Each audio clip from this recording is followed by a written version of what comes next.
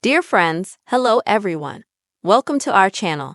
And in this video, I will tell you and also show you how you can disable active status on Facebook.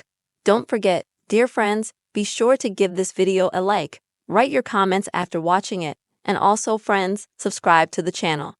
So, let us get started. Open the Facebook app on your device. Now, please go to the menu section.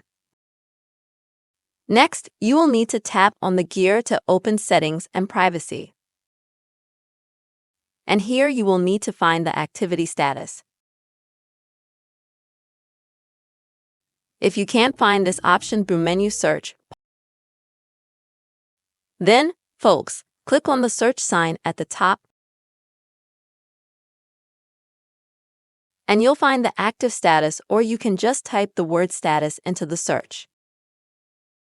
When you open it up, you'll need to click on this button here and confirm your action. This way, friends, your active status on Facebook will be disabled.